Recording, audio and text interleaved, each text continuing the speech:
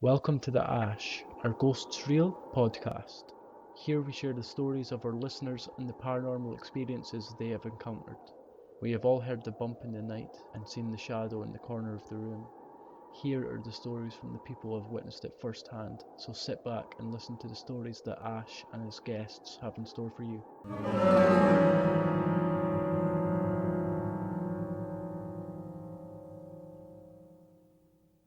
Borley Rectory was built in 1862 and was constructed by the Reverend Henry Dawson Ellis Bull. A year later he moved in with his family, which included 14 children. 21 years earlier on the site stood another rectory which was burnt down, so the Reverend rebuilt on the site.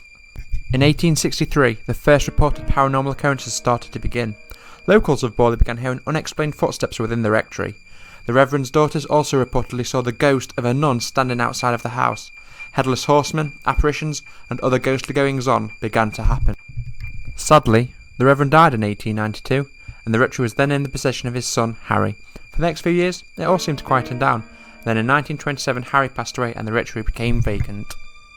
A year later, the Reverend Guy Smith and his wife moved into the house.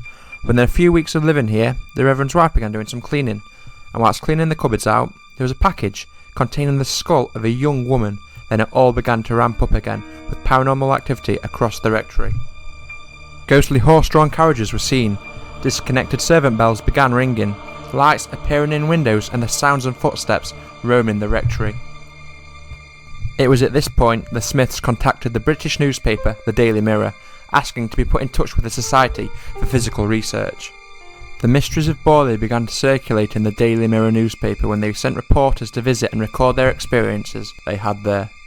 From this, the infamous Harry Price, a paranormal researcher, began coming to the house, and activity that had previously not occurred began occurring. This included stones being thrown, as well as vases and other objects. Communication from the spirits were tapped out from the frame of a mirror. Once Harry Price left, it all appeared to stop. Due to this, the Smith's wife accused Price of falsifying it all. With all the publicity and attention, the Smiths left Borley on the 14th of July 1929. The parish then found massive difficulty finding people wanting to move into Borley Rectory until the following year, when Reverend Lionel Foyster, the cousin of the Bulls family who originally lived in the rectory, moved in. Lionel moved in with his family, but within weeks, strange incidents started to happen. These were then sent to Harry Price. The events were bells ringing, windows shattering, bottles and stones being thrown, writings on the walls of the rectory, and their young daughter being locked in a room. Mary Ann, the wife of Lionel, also reported poltergeist phenomena, which included her being thrown from her bed. Lionel then tried to conduct exorcisms in the property, but during the vigils he was hit by stones and rocks. Due to all of this, more researchers returned to the house, only to suggest this was Mary Ann. It was later revealed she was having an affair with a lodger and used these so-called paranormal experiences to cover up the affair. The Foysters then left Borley in October 1935. Borley Rectory remained unlived in and vacant for a little over a year until Harry Price agreed a year's long rent. Price recruited almost 50 official observers to report phenomena that took place at the rectory. In the spring of 1938, one of the observers' daughter conducted a séance in Streatham, South London, and reportedly made contact with two spirits. One of the spirits reported to be a young nun who identified herself as Mary Lair, a French nun who left her religious beliefs behind to travel to marry a member of the Waldegrave family, the family who lived at Borley's 17th century manor house. It was reported that she confessed to being murdered on the rectory site, and that she was buried on site or thrown down a well near to the rectory. In the winter of 1939, the new owner, Captain W.H. Gregson, accidentally knocked over an oil lamp, and the fire spread rapidly and the house was damaged beyond repair. Price continued investigating though, and reports of him seeing a ghostly nun in the upstairs window, and he also discovered bones, but these were never proven to be human. And now that is more than a brief history report into the Borley Rectory, so sit back and enjoy my podcast with people who have witnessed firsthand what Borley Rectory has to offer. Hello and welcome to the first Ash, a Ghost Real podcast. As it is the first episode, I thought we'd definitely take a look into Borley Rectory, notorious for being the most haunted house in England. And with me today we've got Russ from the Essex Ghost Hunters, who's visited Borley many times. How are you, Russ? I'm good, thank you. Ash, how are you? Not too bad, thank you. How long have the Essex Ghost Hunters been going now? Essex Ghost Hunters has been around for about 10 years. We're into our 10th year this year. But I've been into the paranormal field for about 25 years. Fantastic. How many times would you say you visited Borley? It goes off my hands. I haven't got enough Wow. fingers. Okay. I love the place. I really do. Fantastic. So, yeah, we'll get straight into it then. So, Borley Rectory was built in 1862 and has acquired masses of history and masses of stories and masses of paranormal activity. Stories of headless horsemen occur there. Also, appearances of nuns outside of the house, disconnected servant bells ringing at night, and lights appearing in windows, and the sounds of footsteps roaming the rectory. So, Russ, from your experiences there, how many times would you say you've had activity there? And is it on every time you visit, there's always activity, or is it every now and then? Yeah, pretty much. I would say we get something sort of every time that we sort of go there. I say the rectory burned down many years ago and was taken down. The local legend has it that the spirits just up ship and went to the church across the road. Right, okay. But I say I've been there so many times now with with team members, and that I don't see that as an option. To be fair, I think that all that sort of area around there is very much sort of is haunted. When you talk about the nuns, yes, the most famous to be fair, that's probably one of the most famous stories there. Yeah, the French nun. That's it. Yeah. Yes. Yeah. But I say, even though the sort of story has it that she's French, and have we ever sort of had a French experience? No, I can't say we have.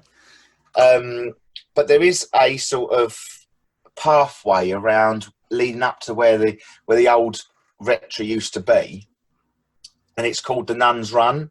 Right. Okay. And that is where you're supposed to be picking up on the nun. Right. But say when we've been down there, we have had experiences, obviously, with the nun, but there's a far deeper story to it. Yeah. There's a lot deeper to it. Well, really, it's a love story, really. Well, from what I've read and what I've looked into, she came over to this country to get away from a nunnery, and she fell in love with a local farm boy, and then father disapproved, and rumour has it she either got killed or tripped and died, as rumour said. Well, the story, so we've investigated a few times. We've taken sort of, all our mediums in our team over there, and we have, this nun. We actually feel that she was actually cemented, and this is going to sound really hard and horrible, but we feel that she was cemented into a room and left to die. Wow. Okay.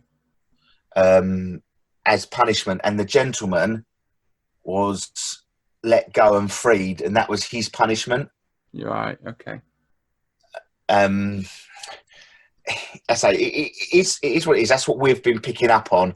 And to be fair, we was over there sort of 3 or 4 weeks ago. Yeah. We're still trying to pick this story apart a little bit. For me, it's probably the most fascinating story at Borley, because obviously it's obviously with Borley, it is obviously a religious place. It's a rectory, but this nun reportedly came from a different country. So to find herself in a position where she's in a religious place and to essentially meet her demise in such a cruel way, which there's so many speculations about, I do find it very interesting. It's a fascinating place. It is an absolute fascinating place. The energy around the area is fantastic. It really is. I think the thing is as well, it's like you've got people, synonymous names with it, really, like Harry Price, especially.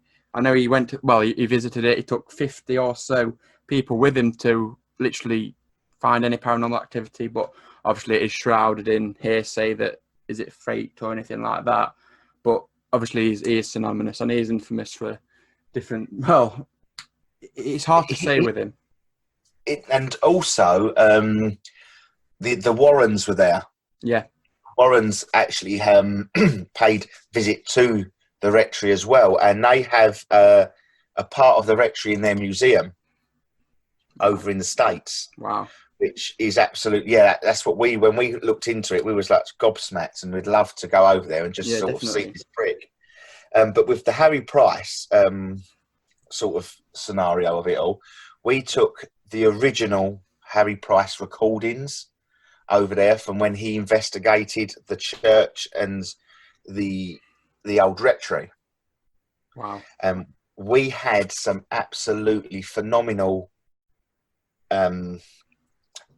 sort of paranormal activity, to say the least, because we was over there. We started to play. Well, first of all, we didn't tell anybody knew about these recordings, and the person that was pulled them out as like a surprise for us.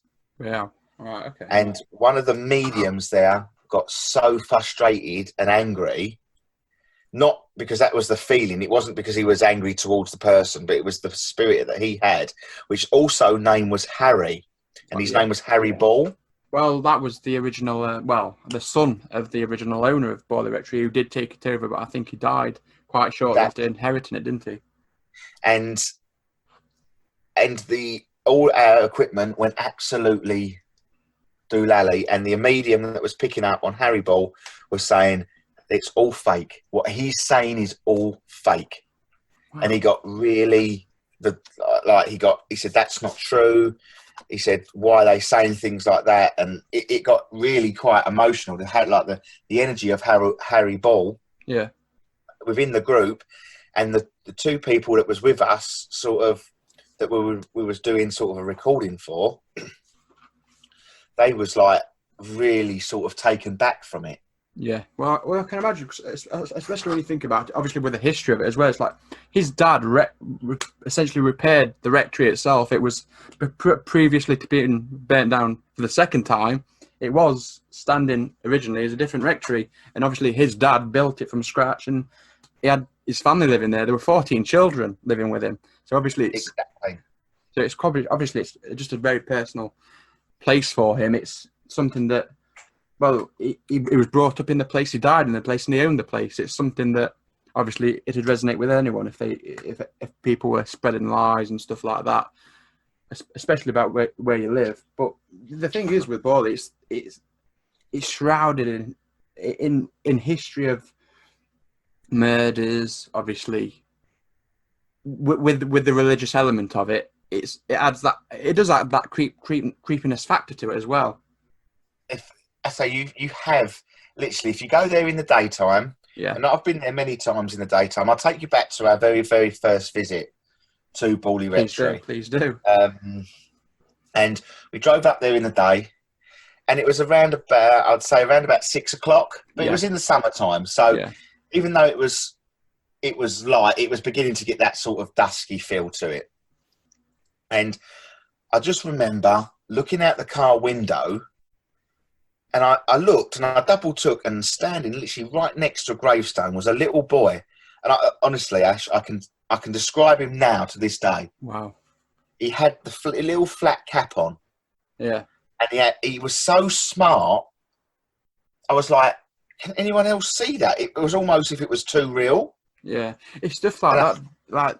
Like you want to know the story behind that little boy. Is he the person at the headstone? Is he guarding the headstone? Stuff like that just fascinates me, because there's a story within these ghostly sightings, and obviously there's a story like with the nun and stuff like that. But Borley itself, obviously, the ringing bells and stuff like that, the footsteps heard around the rectory. It's how big would you say Borley Rectory is yourself? What there's houses now built on the site of Borley Rectory. Yeah. But obviously we've been sort of investigating the church a little bit more, because you can't actually sort of get on the site of where the rectory used to be. You can get quite close to it, but you've got to be a little bit wary of the neighbours and that. So you don't really want to upset the locals. Yeah, of course. But within the spiritual realm, there's a good chance you can sort of pick up on that energy all around that place. It's all linked. It's all linked. Yeah, it's a mad place. I think what the best way to do is now for you to explain your first ever experience at Borley and what happened, and like how you come to grips with Borley, because as you've said to me previously, we've spoke off of the podcast, and you said that it's something you continuously love going. It's a place you love going to because of the experiences you have, the paranormal activity that is there, and that, well, it's a place you just love. So I'd love just to tell me about your first experiences there, the first visits and stuff like that, if you could, please. Well, I say, when Essex Ghost Hunters is sort of like a family business, you know, the two co-founding members and myself and my uncle. Yeah. And he said to me, have you ever heard of Borley Rectory? I said, no, I haven't. He said, oh, I've got to take you over there one day. So I said, and this was even before we started ghost hunting. Yeah. So he took me and a couple of my mates over there one day, and we was driving in the summertime. We drove over there in the day, and this is when I saw that little boy by the headstone.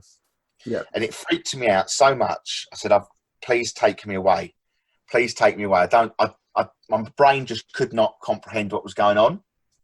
So we went to the local pub around the corner, and I don't drink spirits, but I had to have a little shot of whiskey because it unnerved me a bit because it was so clear.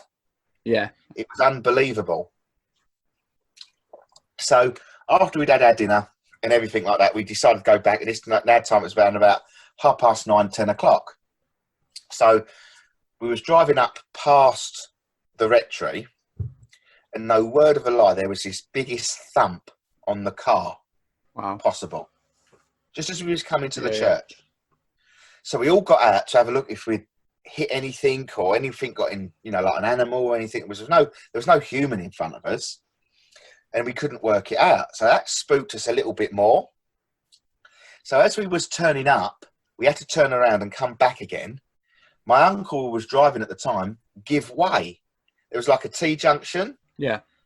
And he looked right to give way, and someone in the back also looked right to make sure it was safe to go. But we all looked right, and them two saw something to give right to, like a car coming past. Wow. And I had to say to my uncle, what are you doing? He went, I've got to give way to that. And there was nothing there. Wow. And the person in the back, he said, no, there was something there. I saw it as well. And he was going, oh, go away. You've seen things. But then when you sort of look back at it, it's all linked, because there was non-believers there and they'd seen something. So we got out the car, and I tell you what, the energy there is just amazing. Yeah. It was just amazing. We're very, very raw at that time. I'll say this was just... I was going to say, what year would you say this is? Oh, now you're asking questions. It must have been around 2000. Right, okay, yeah. 2000, roughly. Yeah. Because previous to that, I had seen spirit, but I think I just put it to the back of my mind. Yeah. I didn't really pay too much attention until this first real sighting. I think that's the thing, especially with it. It's like people laugh and joke about it, but it's like when you experience something like that, it makes your blood run cold. It's as simple as that. You're speechless. You don't know what to say, and then really it's that building up of, I suppose, the adrenaline rush you get from it as well. Is something that you can't really compare.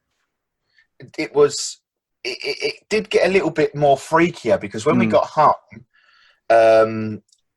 we come into my house, and my mum and my nan and my family was over. Yeah. They hadn't left, and it was weird because it was about 1:30 in the morning. Yeah. And we got out and we got started talking, and my mum said, I've had an experience at Borley, and my uncle went, you've never been to Borley? I said, we went a long time ago, like when we was young with Jackie and all that. And she said she made the car turn around because she saw a little boy in a flat cap hiding in the bushes. I bet you and went that was like, white. Pardon the pun, I bet you went white as a ghost. Yes. Well, everyone in the room just stopped, like in the car, who was in that car and on that journey, just stopped, because they all thought I was being a bit stupid. Yeah. Which I can understand if you're not into it. But when that actually happened, it was like, oh my God. did that. And my mum has never spoke about anything that is haunted or anything like that, because she doesn't. It's not like she doesn't believe. I think she's a little bit frightened. Yeah. So she doesn't tell us of her sort of haunted experiences. Yeah. Well, to be honest, I'm probably the same myself. It's like I'm probably 50-50. I think that's the fair way I'd say it, because I don't want to be. I do probably sit on the fence with it, because obviously there's no smoke without a fire. These stories wouldn't happen without something triggering them. So that's why I'm so interested in the paranormal and stuff like that. And I think Borley Rectory, and with stories like that, you can't describe things that are that clear with the history it's got and not think, is it real? Are ghosts real? Is paranormal activity real? Because stories like that you can't make up. You can't make up stuff like that.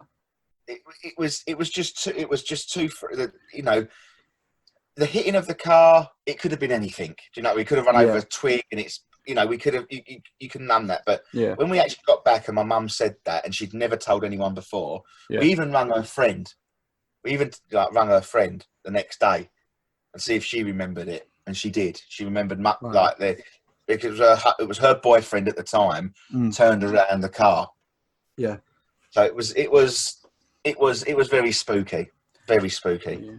And stories like that is what this podcast is all about. That we want to hear stories like that. But then you hear the history of Borley, and then there's things that discredit it really, because obviously you've got I think it's the Foyster's wife. She was having an affair and using the paranormal activity to hide these goings on, these ghostly goings on, the activity going on, and like that discredits everything that's about. And I think she even said that Harry Price was faking everything, but all she was doing was trying to hide an affair. And there's stories like that where you're thinking, does it all make sense? But I know later on, Harry Price actually rented Borley Rectory for himself, even after he'd been to the sightings, and he began his own exploration of it, and that's where everything started to unravel. But it is incredible. But yeah, could you tell me some more of your stories? They're fantastic. One of I say my best story of Borley Rectory is because to be fair, it's about an hour away from where I live. Even though it's in Essex, it's right on the borders of Suffolk. So it is a bit of a trek for us, but it is my favourite place. I've got a sort of an infinity with the place. It was my first real experience of the paranormal, and I met my first guide there. Yeah.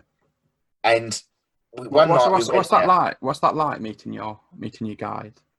It was actually quite surreal, to be fair. Yeah. It was quite surreal because I after this is when I sort of started to sort of look into the paranormal field.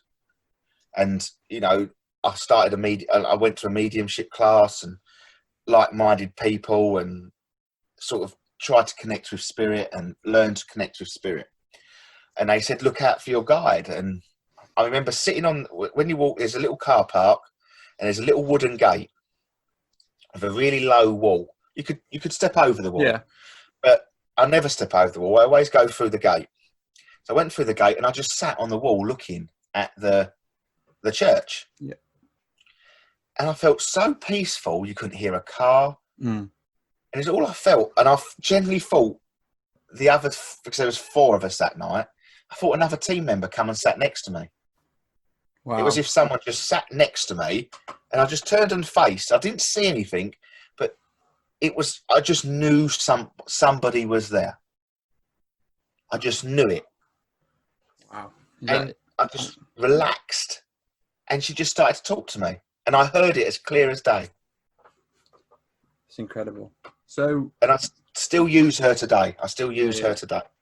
So obviously with the stories itself, and obviously like I say, it's places like that builds up this reputation of it. And your stories are fantastic. And obviously with Borley itself, it's obviously we'll come a bit closer to the times. Obviously in 1939, that's when sadly Borley Rectory was burnt down.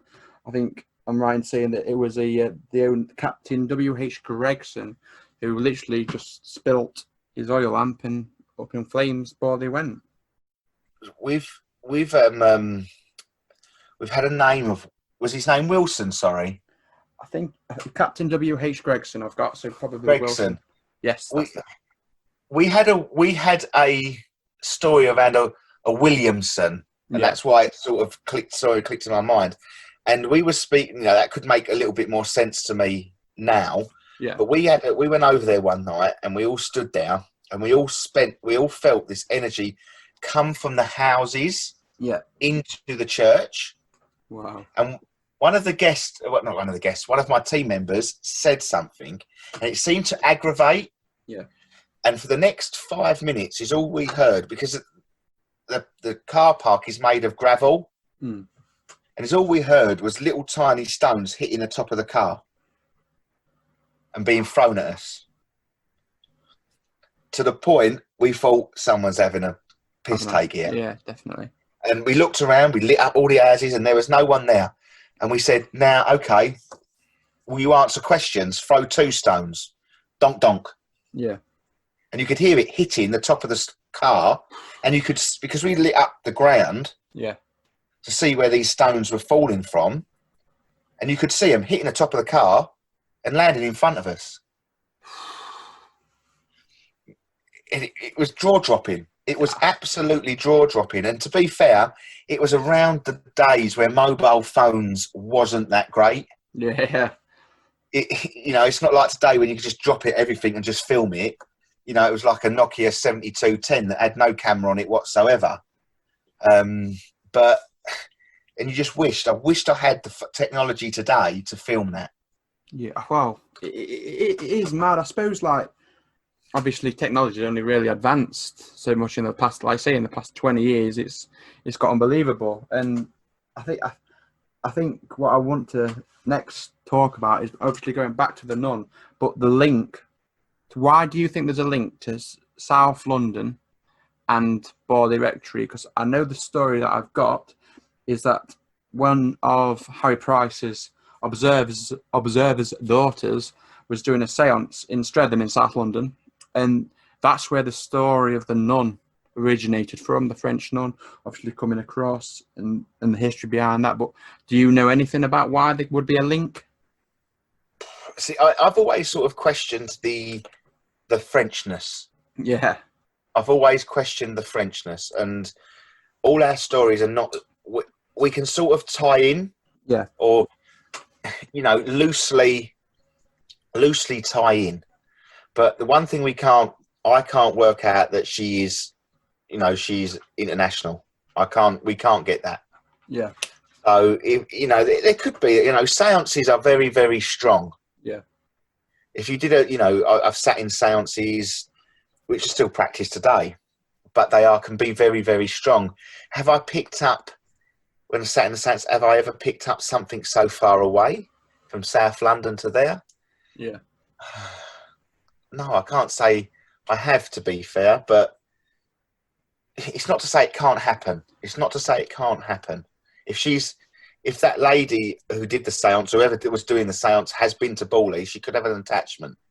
Definitely. And I think that's the thing, is people obviously expect ghosts to be in graveyards. I know Borley literally is right next to a church, but I think obviously with ghosts, it's energies. If they've had energy in, I don't know, in like, especially like with British culture, you've got ghosts of kings and queens, and people expect them to be where they're buried or where they were beheaded and stuff like that. But it's probably where their energy was at most and where they was most alive. So in the dance halls of the castles and stuff like that. And I think that's especially resonates with Borley, really, because as you say, it was a rectory, it was a religious place. So obviously you are going to get sightings of nuns and paranormal activity like that. Definitely. But there is, when I say, is this the name of the podcast? Our Ghost Drill? Mm-hmm. Is this the actual? Right. Okay. So I think that's a really quite good title, to be fair, because it is such a broad subject. Exactly. And like I alluded to earlier, it's like that. I sit on the fence with a ghost reel because I want to listen to people's stories. I want to hear people's stories like yourself, Russ, and think and do question it. And that's what the whole podcast is about, is to question, are ghosts real? Is paranormal activity real? And stories like this is what makes people think, well, second guess themselves, essentially. So It is definitely much a second guessing. If you, a lot of people will have had a paranormal activity of some kind, definitely. but that you can put it down to being anything or misplacement. I've always said that we've all gone to bed that night, we've put the remote down on the corner of the sofa, and the next morning we've got up to turn the telly on and it's not there. It's on the kitchen table. Yeah. But we can put that down to, your mind would go, I must have put it there last night. Yeah. But deep down, you knew where you put that remote. I think it is crazy. It goes a long way. Yeah, of course it does, especially I think that's the thing with it. People don't want to believe it because they just think, oh, it's hearsay, or you're seeing things, and everyone's got that. Did I just see a ghost? Has that moved? It's that like I say, like we said, the second guessing of it, and that's what I want to get out of people. This is what I want people to tell me is like I say, your first experience wasn't, oh, the typical, oh, I heard noises, I heard banging, I saw candle lights, I saw an orb. Yours was so specific that you saw a young boy at the gravestone in old clothing, and then to go back to your mum and your family, and for them to tell you the exact same story, obviously it will make your blood run cold. And I think from that, it's stories like that is that I want to get out of this podcast. And honestly, it's been I'm loving hearing these stories. So I'd love to know, to segue onto that, is what is for you at Borley, what is the most like blood curdling or like your blood run cold moment you've had at Borley? Oh, that's around the back of the church. Right, okay. Around the back of the church at Borley, the town of Borley, there's something there that's not nice. Right. You can walk around it in the day, and you still get the same. It could be red hot. Like if you went there today in this 30 degrees of heat that we've got in London, it would be freezing cold. It would be absolutely freezing cold. Wow. We was filming there one night for an episode on our YouTube channel, and we filmed everything around the front. Yeah. We got around the back. Nothing come out around the back when we filmed it. When we played it all back, we had nothing around the back. It was all corrupt editing, and it actually come back alive when we was walking back around the side. Wow. Okay. Do you think there is anything nasty at Borley?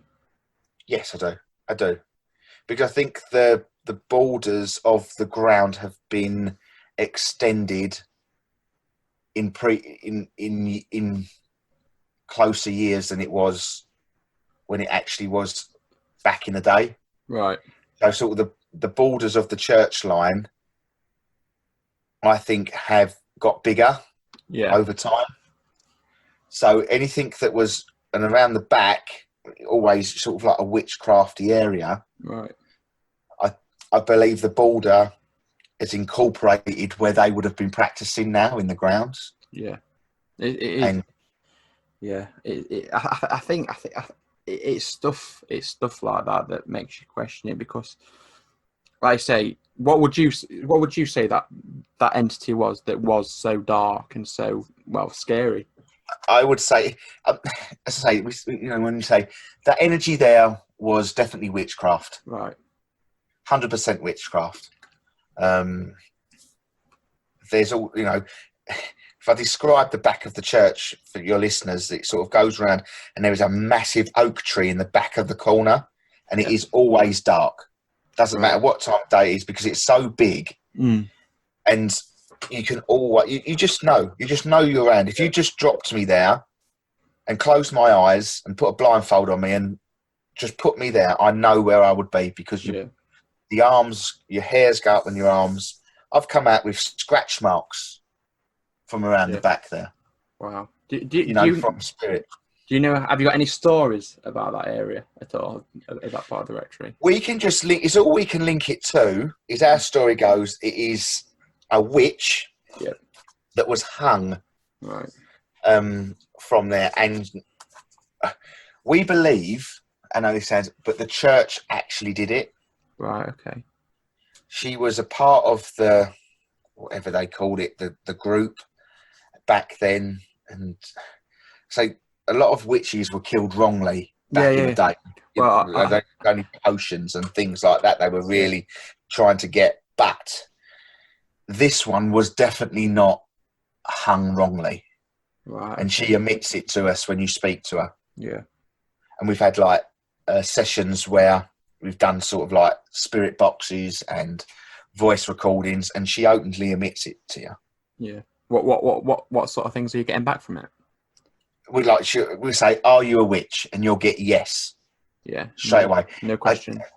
You hear it. There is a name, but off the top of my head, I can't remember the name. Simon would know the name, the other team member that we got last time, and team member Henry, because they were talking to the witch, and I was in the grounds. Yeah. And she was outside. There's like a little dip, and she was outside of it. And we were saying, "You can't come in here because it's consecrated ground." And all of a sudden, I was on my knees because she just overtook the power, took my breath away. Wow. And I just dropped to my knees, and I knew she was in the ground. And I was like, I can't deal with this, because now what have I done? What have I done? Yeah. Have I invited this witch in? Have I done something wrong? But when I looked over time and got back and done the research, I saw the ground had been, it had been extended by about 4 or 5 meters past the tree. Right. And I think the church hung the witch on the oak tree that was outside of the ground back then. But over time, obviously that line's got further back, and that tree now is in the ground. Yeah. But she doesn't come round the front. I must admit, she doesn't come round the front. It's only the back. We've had pendulums literally swinging in an absolute circle round there. Yeah. All our K2 meters will go mad, but she will talk to you. Yeah. But she can be very. Say if I was to take you around there. Yes, I'd love to. Visit Borley. She would. You'd actually come across her, and she would be very. If the end, you'd probably go, "Oh, that's a nice energy. I don't feel that bad around here." Yeah. And that's when she's got you. Yeah. Because it's happened to so many people that we've taken there. Yeah. It's a consistent feeling. People go around there within 5 minutes. Oh, you talk a load of rubbish, guys. This is a lovely energy. She's proper schizophrenic. Right. Okay. She switches drastically. Yeah. That's all we can put it to. But is it a ploy? We don't know. But honestly, she's drawn blood. She has drawn blood on a couple of us. Really? Through scratch marks, yeah. Well, has there been any other occurrences where you've been like hit hard with stones and rocks and stuff like that by other names that? Could you name some other names that you've got from doing seances? And There is off the top of my head, I say I'm no good. I know my stories, but I do forget the names. Yeah. There is a priest there that stands by the main gates, and he doesn't really like what goes on. Right. Because obviously the church doesn't like that sort of thing. No, of course. But if you actually talk to him and explain to him, I know it sounds really strange. It's like we're talking to a fictitious person. Yeah. But we're talking to that energy, and we've had some fantastic voice sessions with him, like voice recordings. Yeah. And you say, "Look, this is what we're going to do. We're going to try and get rid of this witch." And he actually said at one time, he said, "Thank you." Yeah. Wow. But then sometimes you'll go round there and he goes, "Oh, what you doing round here? You know we don't like people like you." That's sort of coming through our head. But we've had literally, you go round that back with any sort of like equipment. Yeah. 9 times out of 10, it doesn't work. Yeah. We've even to record voice sessions, we've actually taken a long lead. Yeah. So we got one of our tech guys to make up sort of like a 40-foot long jack lead, so we could leave the phone around the front. Yeah. Because we're thinking that that's gonna fall it. Yeah. And we had the microphone around the front, like around the back, trying to do these voice recordings, and still it just will not work. Just doesn't allow it. It's crazy. You know, there's no, and there's this church. Okay, it is next to a house. Yeah, but there is nothing around the back that, you know, if there was a 4G mast or something next to it, you'd sort of say, well, that could be interfering. But there's nothing. Honestly, Ash, there is nothing around the back. Wow. I suppose nothing. though. Do you know now? I don't know if you know yourself, but do you know obviously now the Borley's been built on and there's houses there. The locals actually. Is there a lot of activity with locals, especially with houses being built on the site? I don't know if you've known of local news or anything like that. Yeah, no. To be fair, I have looked into that, but there is no. I haven't found any sort of records of people making complaints, or I won't say complaints, but making sort of news bulletins about it or anything like that. I say over time it will settle. It will settle over time. Yeah. So, I think you've just alluded to something really good. You've just alluded to something really good there. Obviously, bringing up the news and stuff like that. But I don't know if people realise that Borley Rectory was like the headlines of the Daily Mirror at one point, and they even had the Borley mysteries occurring there. And this is how big Borley Rectory was at the time, and with the hauntings and Harry Price going there. This is how big it was. It was massive. It was absolutely, it obviously it's out of my time. You know, I wasn't born back then. No. But you know, you can still look at newspaper articles online about it. It was a very, very special place. It is, especially the Essex area. Yes, yeah, exactly. Like especially in England back in those times. Obviously, it's changed a lot now. Obviously, back then, religion is a lot of what people lived by. Obviously, every Sunday they go to church, and to hear stories like this in probably the biggest newspaper at the time, and that Harry Price is visiting and experiencing these things, and it's mad to think that in a space of 200 years that Borley Rectory stood or so, to the years that we've had. And the experiences, it's crazy. I think that's what I find interesting, especially with history, especially anyway. But with like ghost history, Borley Rectory, in all honesty, it's not had a massive amount of history. But with what history it has had, it's immense. It is immense. Oh, it is, because obviously you've also got the fact the Warrens come over. Yeah, Warrens flew over from the States, so this headline has made, you know, US soil. Yeah. For them to be called over, they would have, you know, because obviously Ed Warren, isn't it? Yeah. Lorraine and Ed Warren, yeah. He, you know, there's once again, it could be faked with him and all that, but if they've got these big guns being brought over within that time, yeah, it was definitely special. Definitely. And I know we've not really touched. To be fair, we could talk a hell of a lot more about Borley Rectory and what it has to offer, and I'm sure we will at one point. But I'm going to end it there. I'd like to thank you, Russ, because honestly, it's been an absolute pleasure speaking to you on it. And I think that we'll definitely have to do another podcast on Borley. I'd love to do one with you with Harry Price, especially about Harry Price. No problem. Anytime, Ash. Anytime. Fantastic. So that is the end of the podcast. Thank you for joining me. But before I end it, I would like to ask you, Russ, are ghosts real? 100%. 100. Well, if I could go higher than 100%, yes. Fantastic. Thank you for having us. No, it's been an absolute pleasure. It's been an absolute pleasure to have you on, Russ. Thank you very much for that. No problem. Right. Thank you for listening to the Asher Ghost Show podcast, and I hope to see you next time. Thank you. Bye.